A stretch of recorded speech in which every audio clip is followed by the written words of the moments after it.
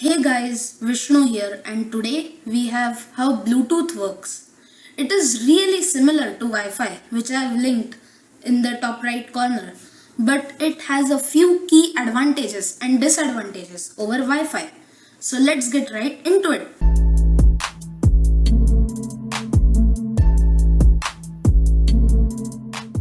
We are all used to wireless communication by now, even if we don't always realize it. Radio receivers and televisions pick up programs beamed in radio waves hundreds of kilometers through the air. Cordless telephones use similar technologies to carry calls from a handset to a base station somewhere in your home. If you use Wi-Fi, your computer sends and receives a steady stream of internet data to and from a router that's probably wired directly to the internet. All these technologies involve sending information back and forth, not along cables, but in radio waves buzzing invisibly through the air. Bluetooth is a similar radio wave technology, but it's mainly used for communicating over short distances, less than 10 meters or 30 feet. Usually, you might use it to connect your wireless headphones or connect a keyboard for typing and many other such use cases.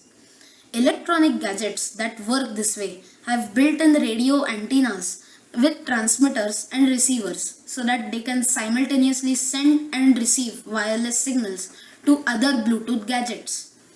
Older gadgets can be converted to work with Bluetooth using plug-in adapters such as USB cables and so on. The power of the transmitter controls the range over which a Bluetooth device can operate, and generally devices are said to fall into one of three classes. Class 1 are the most powerful and can operate up to 100 meters, which is 330 feet. Class 2 are the most common ones, which can operate up to 10 meters, 33 feet. And class 3 are the least powerful and don't go much beyond 1 meter or 3.3 feet. Bluetooth sends and receives radio waves in a band of 79 different frequencies or channels between 2.4 and 2.8 gigahertz. For more information on gigahertz, I really recommend you check out the Wi-Fi video, which I have again linked in the top right corner. Bluetooth's short-range transmitters are one of its biggest plus points. They use virtually no power, and because they don't travel far, are theoretically more secure than wireless networks that operate over long ranges such as Wi-Fi. Bluetooth devices automatically detect and connect to one another, and up to 8 of them can communicate at any one time. They do not interfere with one another because each pair of devices uses a different one of the 79 available channels. If two devices want to talk, they pick a channel randomly, and if it's already taken, randomly switch to one of the others. Each channel has a bandwidth of 1 MHz. This technology is known as spread spectrum frequency hopping.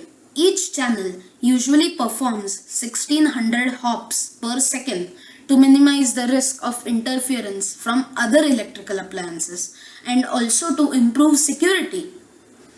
But is Bluetooth secure, you might ask? Wireless is always less secure than wired communication. Eavesdropping on wireless is obviously much easier because information is zapping back and forth through the open air.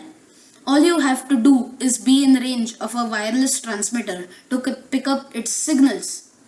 Wireless internet networks are encrypted to get around this problem. But how secure is Bluetooth?